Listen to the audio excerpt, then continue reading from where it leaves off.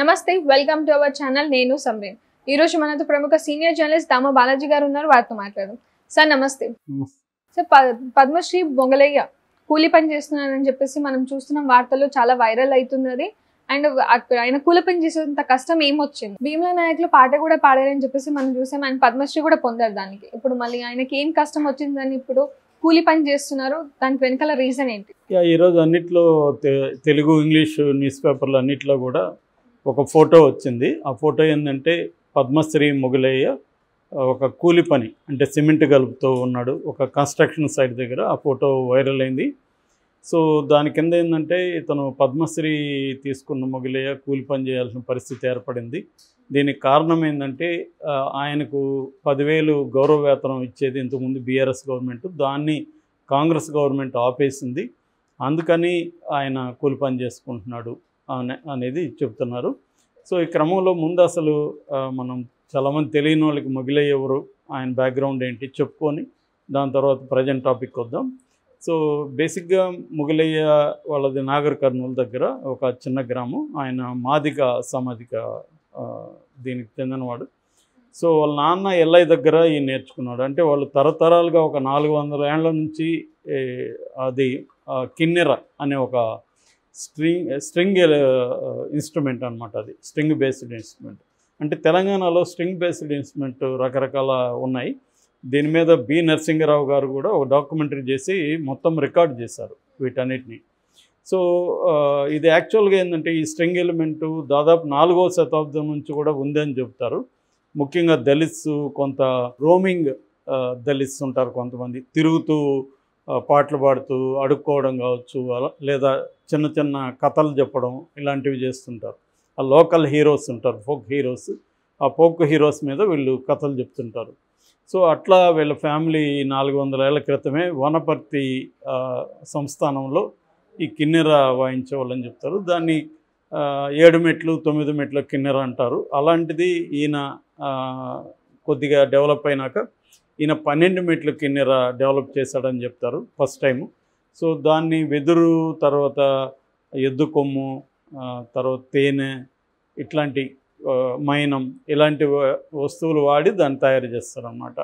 So ఈయన స్ట్రింగ్స్ని improve చేశాడు. మొత్తం హోల్ కిన్నెర దాన్ని బాగా ఇంప్రూవైజ్ చేసి డెవలప్ చేశాడని చెప్తారు. సో ఈయన మెల్లగా యాక్చువల్గా ఈయన ఎప్పటి నుంచో కూలి పనే వీళ్ళది. కూలి పని ఫ్యామిలీ అంతా కూలి పని చేసుకున్న వాళ్ళు. ఈయన కన్స్ట్రక్షన్ లేబరర్గా కూడా బాంబేలో కూడా ముంబైలో కూడా పనిచేస్తాడు ఈయన.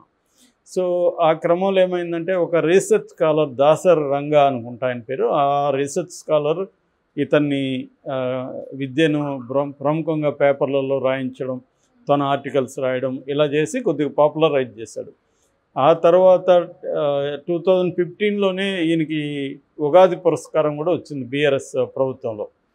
ఆ తర్వాత 2021లో భీమ్లా నాయకులు ఆడా కాదు ఈడా కాదు ఏదో ఉంది కదా పాట, సో మేడా కాదు ఆ టైప్లో, పుట్టిండాడు పులిబిడ్డ ఆ టైప్లో ఆయన పాపులర్ అయ్యాడు.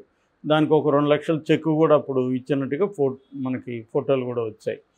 సో అలాగా భీమ్లా నాయక్తో పాపులర్ అయ్యాడు. తర్వాత 2022లో ఆయనకు పద్మశ్రీ అవార్డు లభించింది. దాని తర్వాత 2023 తర్వాత ఇక్కడ కేసీఆర్ ఆయన్ని సన్మానించి ₹1 కోటి డబ్బు ప్లస్ హయత్ నగర్ దగ్గర ఒక 600 గజాల ఇంటి జాగా, ఈ 2 ఆయనకి ఇచ్చారు.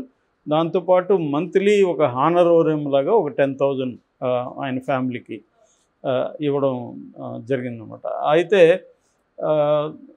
ఈయనకి పిల్లల్లో ఒకరికేమో దాని ఫిట్స్ జబ్బు ఉంది. వీళ్ళ భార్య కూడా జబ్బుతో చనిపోయింది. ఆమె పెద్దగా వాళ్ళకు వైద్యానికి కూడా ఖర్చులు లేని టైంలో ఆమె చనిపోయిందని చెప్తారు. హాస్పిటల్లో కూడా తీసుకెళ్లే పరిస్థితి లేదని. సో ఏదేమైనా పేద కుటుంబం అని చెప్పచ్చు. సో ఈయనకి ఆ ₹1 కోటి ఇచ్చిన తర్వాత ఏం చేశాడంటే ₹1 కోటితో పిల్లల పెళ్ళిళ్ళు చేశాడు. తర్వాత తుర్కయాంజల్ దగ్గర ఒక చిన్న సైట్ కొని అక్కడ కన్స్ట్రక్షన్ యాక్టివిటీ స్టార్ట్ చేశాడు. కానీ డబ్బులు లేక ఆగిపోయిందని చెప్తున్నారు. దాని తర్వాత 600 గజాలు ఈయనకి హామీ ఇచ్చారు కదా, అది కూడా ఇప్పటివరకు ఈయనకి హ్యాండ్ ఓవర్ చేయాలి. అది ఇస్తామని చెప్తున్నారు. కలెక్టర్ ఆఫీస్కి ఈయన 3 సార్లు వెళ్ళాడని చెప్తున్నాడు. పోయినప్పుడంతా గౌరవంగా కూర్చొని కాఫీ టీలు ఇచ్చి పంపిస్తున్నారు, కానీ పని జరగట్లేదు అనేది ఆయన ఆరోపించారని చెప్తున్నారు. సో ఈ క్రమంలో ఏమైందంటే ఆయనకు డబ్బులు ఖర్చు అయిపోవడం, ₹1,00,00,000. సో ఇంకా ఇంట్లో 9 మంది ఉండాలని చెప్తున్నారు. 9 మందిని పోషించాలి. తర్వాత వాళ్ళ కొడుకు ఫిట్స్ ఉన్నాయి. సో ఈ ప్రాబ్లమ్స్ ఉన్నాయి. ఈ క్రమంలో ఇది కాంగ్రెస్ గవర్నమెంట్ వచ్చినాక డబ్బులు ఆగిపోయిందని చెప్తున్నారు. ఈ 10,000 సో మందులకి 7,000 దాకా అవుతాయి ఇంట్లో. ఈ 10,000 ఉంటే కొంత హెల్ప్ అయ్యేది. సో ఇప్పుడు అది కూడా ఆగిపోయేసరికి కూలి పని చేయాల్సిన పరిస్థితి ఏర్పడిందని రాస్తున్నారు. అయితే ఈ కథనం మీద భిన్నాభిప్రాయాలు ఉన్నాయి. దీని మీద నేను ట్వీట్ చేసినప్పుడు ఒకరెవరో ట్వీట్ చేశారు. దాంట్లో కామెంట్స్ నేను చాలా చదివినప్పుడు అక్కడ పక్కన తుర్కయాంజిల్లో ఉండే అతను స్పందించాడు. అతనేమంటున్నాడంటే అసలు అతను కూలి పని చేయట్లేదు, వాళ్ళ ఇంటి సైట్ దగ్గర పని చేసుకుంటున్నాడు. వాళ్ళ ఇల్లు కడుతున్న దగ్గర అతను పని చేసుకుంటే దాన్ని ఎవరో సరదాగా ఫోటో తీశారు. అది ఇట్లా వైరల్ అయింది. నిజానికి ఆయనకి ఏమి ఇబ్బందులు లేవు. 1 నెల మాత్రమే ఆగింది, ఏప్రిల్ది ఇంకా ఇవ్వలేదు.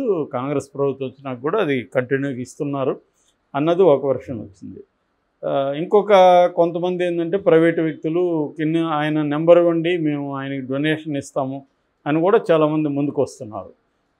అంటే గవర్నమెంట్ ఇకపోతే ఏముంది, మనం ఇవ్వచ్చు కదా, ఒక క్రౌడ్ ఫండింగ్ స్టార్ట్ చేద్దాం, మనం హెల్ప్ చేద్దామని కూడా కొంతమంది ముందుకు వస్తున్నారు. అయితే ఇంకొంతమంది ఏం లాజిక్ తీస్తున్నారంటే ఆయనకి గవర్నమెంట్ ₹1,00,00,000 ఇచ్చింది. ఇచ్చినప్పుడు ఆయన గమ్ముని బ్యాంకులు వేసుకున్న 70,000 వచ్చేది కదా నెలకి.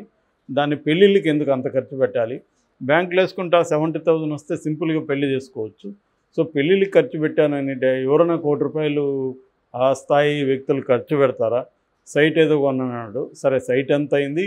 సైట్ ఒక 50 లక్షలు పోయిన 50 లక్షలు పెళ్ళికి ఖర్చు పెట్టి ఉంటాడు కదా, మరి అంత ఖర్చు పెట్టాడా? ఎందుకు పెట్టాడు? సో మిస్మేనేజ్మెంట్ వల్ల ఆయన ఇలా అయ్యాడు తప్ప దానికి గవర్నమెంట్ ఎందుకు నిందించాలి అని ఇంకొంతమంది మాట్లాడుతున్నారు. సో ఇందులో చూస్తే ఖచ్చితంగా ఆయన ఒక గొప్ప కళాకారుడు, నో డౌటు. పైగా దళిత కుటుంబం నుంచి వచ్చిన కళాకారుడికి గవర్నమెంట్ ఆ మాత్రం హెల్ప్ చేయడం తప్పేం లేదు. ఎందుకంటే అప్పట్లో కేసీఆర్ చాలామందికి ఇచ్చాడు. ఫర్ ఎగ్జాంపుల్ సోనియా మిర్జాకి కూడా ₹1,00,00,000 ఇచ్చాడు. నిజానికి ఆమెకి ఏం డబ్బులు అవసరం లేదు, ఆల్రెడీ ఆమెకు బాగానే ఉంది. అలా ఉన్న వాళ్ళకు కూడా చాలామందికి ఆయన ధారాళంగా ఇచ్చేవాడు. అట్లాగే ఇంకా చాలామంది మన సోకాల్డ్ గాడ్మెన్ ఉంటారు కదా, వాళ్ళకందరికి కూడా ఆయన ధారాళంగా సైట్లు ఇవ్వడం, ల్యాండ్లు ఇవ్వడం, ఇవన్నీ చేశారు.